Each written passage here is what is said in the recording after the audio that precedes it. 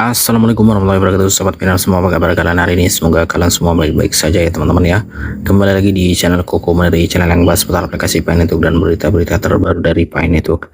Dan kita ingatkan juga kepada teman-teman Pinar yang hari ini belum klik petir, silahkan kalian segera buka akun Pi Networknya, kemudian kalian klik petirnya.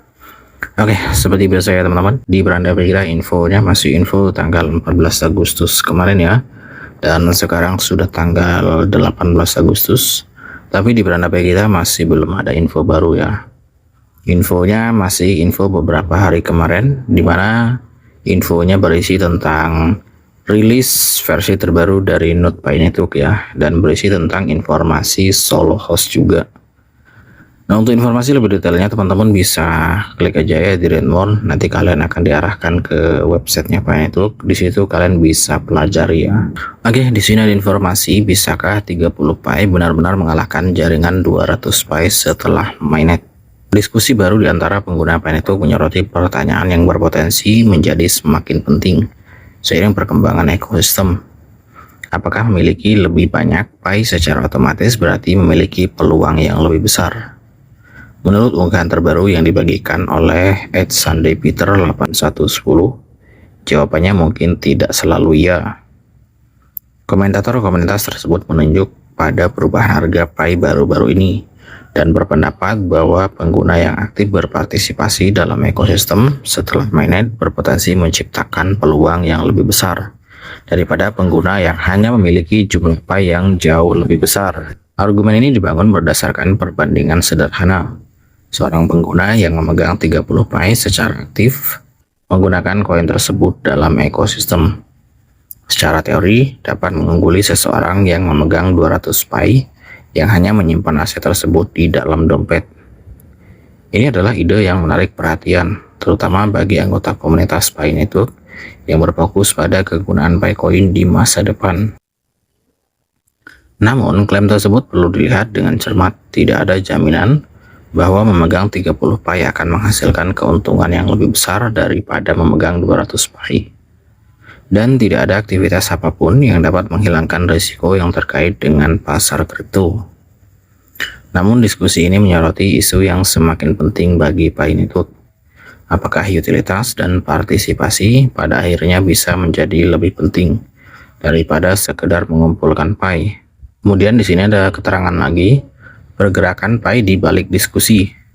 Unggahan asli membandingkan level harga Pi sekitar 2,31 pada minggu sebelumnya dengan angka selanjutnya sekitar 2,4014. Perbandingan tersebut disajikan sebagai bukti pergerakan harga jangka pendek dan sebagai alasan bagi pengguna untuk berpikir lebih strategis tentang kepemilikan Pi mereka. Perubahan harga adalah hal biasa di pasar kripto, dan bahkan pergerakan yang relatif kecil pun dapat menarik perhatian ketika suatu komunitas mengikuti aset tersebut dengan cermat. Bagi pengguna Pi Network, pergerakan harga bisa sangat penting karena banyak peserta telah mengakumulasi Pi selama bertahun-tahun sambil menunggu ekosistem berkembang lebih lanjut. Namun, kenaikan harga jangka pendek saja tidak membuktikan bahwa tren yang lebih besar telah dimulai. Aset kripto dapat mengalami kenaikan dan penurunan yang cepat, terkadang dalam waktu yang sangat singkat. Oleh karena itu, pergerakan dari satu level ke level harga lainnya harus dilihat sebagai aktivitas pasar dan bukan sebagai bukti jaminan kinerja di masa depan. Bagian yang lebih menarik dari diskusi komunitas bukanlah pergerakan harga tertentu itu sendiri. Ini adalah argumen tentang bagaimana pengguna berpotensi menggunakan Raspberry Pi mereka. Kemudian mengapa 30 Pi lebih berharga daripada 200 Pi dalam satu skenario. Sekilas, gagasan itu terdengar kontradiktif. Jika seseorang memiliki 30 Pi dan orang lain memiliki 200 Pi, maka orang kedua memiliki lebih dari 6 kali lipat jumlah Pi. Dari perspektif kepemilikan aset sederhana, 200 Pi jelas merupakan kepemilikan yang lebih besar. Namun argumen dari @sundaypeter8110 berfokus pada pemanfaatan daripada kuantitas. Bayangkan ada dua pengguna. Yang pertama menyimpan 200 Pi tetapi jarang berinteraksi dengan ekosistem Pi.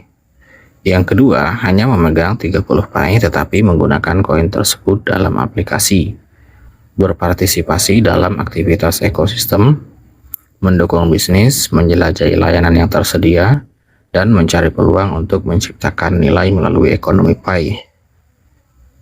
Pengguna kedua berpotensi mendapatkan manfaat tambahan dari partisipasi dalam ekosistem.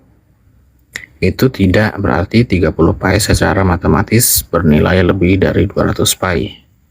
Sebaliknya, argumennya adalah bahwa utilitas berpotensi menciptakan peluang yang tidak dapat diberikan oleh kepemilikan pasif semata.